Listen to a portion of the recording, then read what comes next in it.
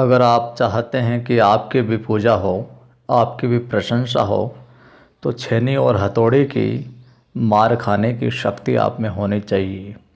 नमस्कार, मैं हूं आपका दोस्त कवि आदि गणेश। प्रारंभ करते हैं।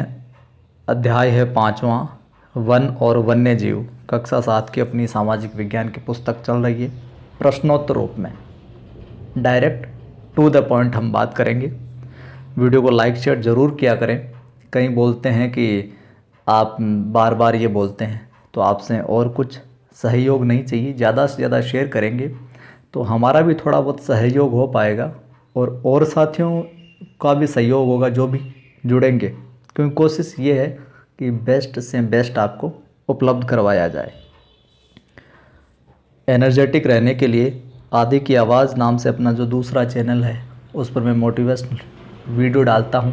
अभी सुबह भी डाला है, तो इसको भी सब्सक्राइब करें आप। वन और वन्य जीव।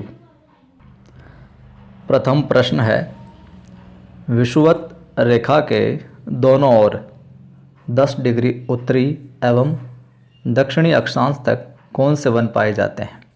ये विषुवत रेखा है, तो 10 डिग्री उत्तर की तरफ और 10 डिग्री दक्षिण की तरफ अक्षांश की तरफ कौन से वन पाए जाते हैं।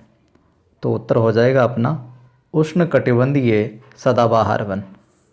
10 डिग्री उत्तरी अक्षांश और 10 डिग्री दक्षिणी अक्षांश में किस प्रकार के कौन से वन पाए जाते हैं। उष्णकटिबंधीय सदाबहार वन।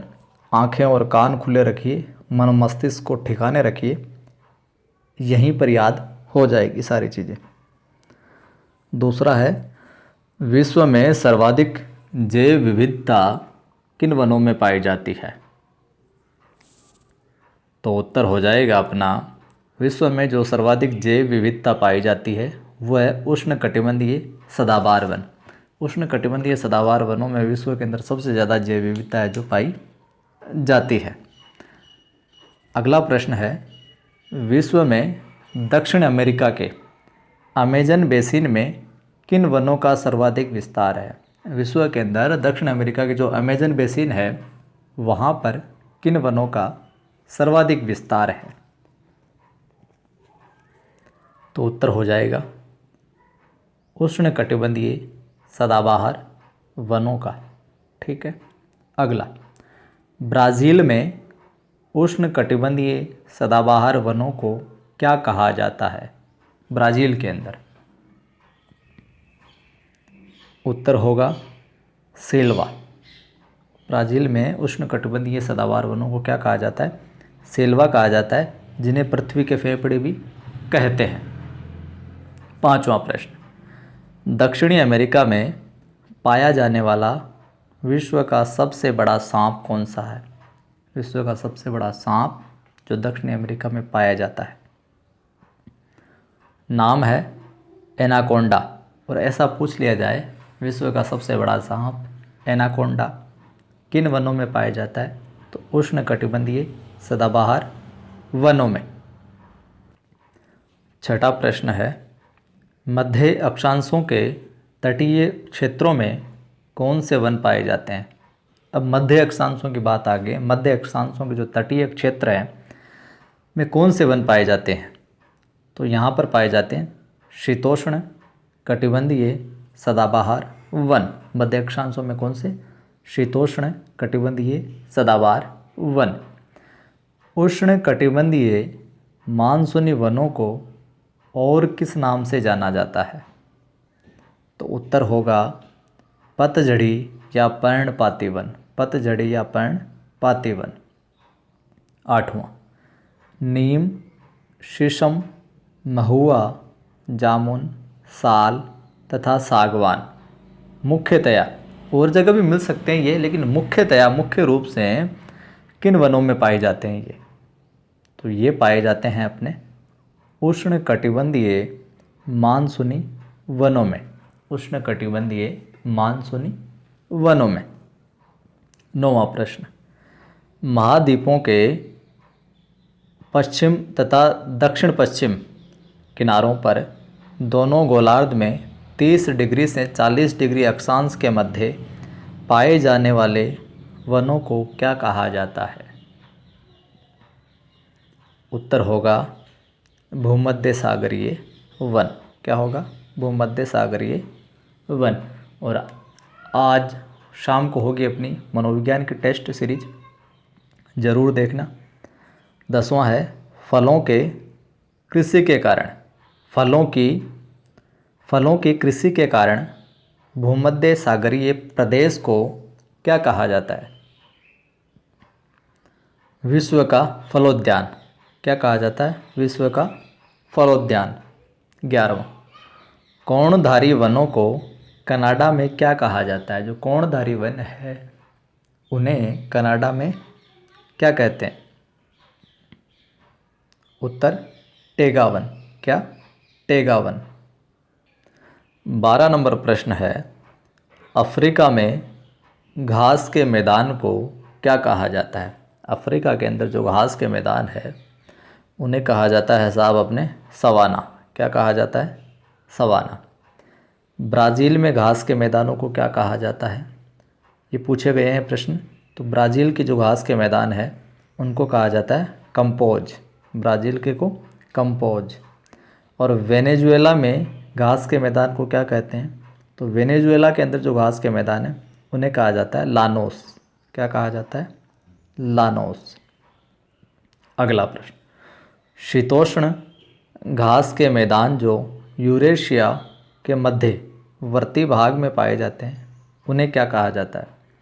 शीतोष्ण घास के मैदान जो यूरेशिया के मध्यवर्ती भाग में पाए जाते हैं उन्हें क्या कहा जाता है? तो उनको कहा जाता है स्टेपी। ठीक है।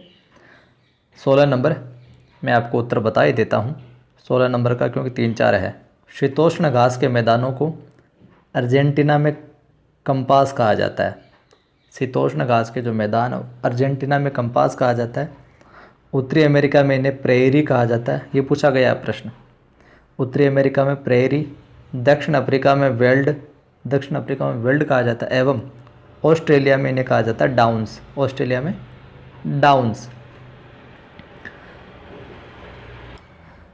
17 नंबर है महाद्वीपों के पश्चिमी भागों में 20 डिग्री से 30 डिग्री अक्षांश के मध्य उष्णकटिबंधीय रेगिस्तान में पाई जाने वाली वनस्पति क्या कहलाती है?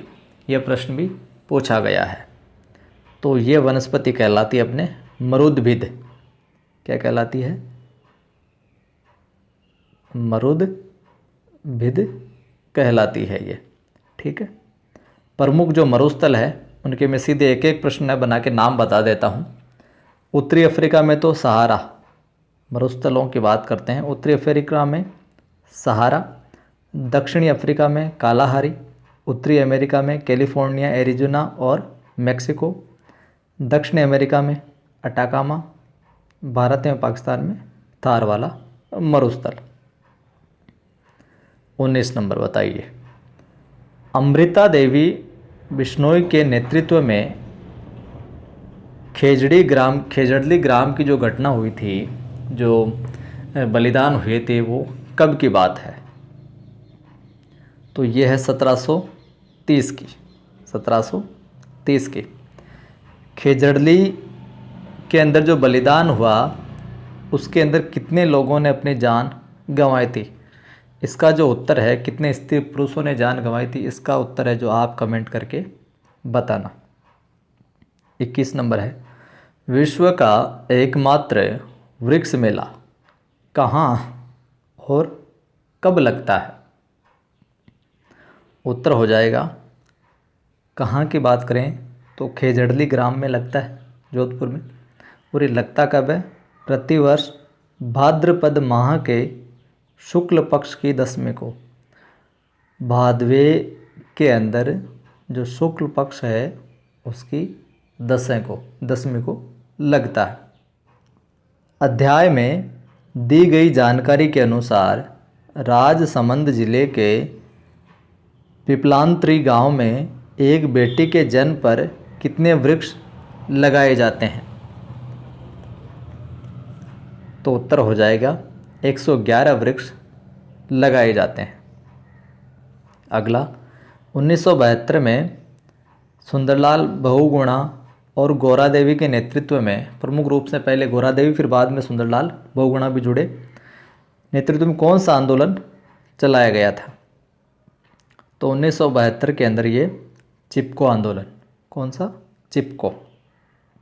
अप्पिको का अर्थ है, अप्पिको का अर्थ है, उत्तर होगा अप्पिको का अर्थ है बाहों में भरना।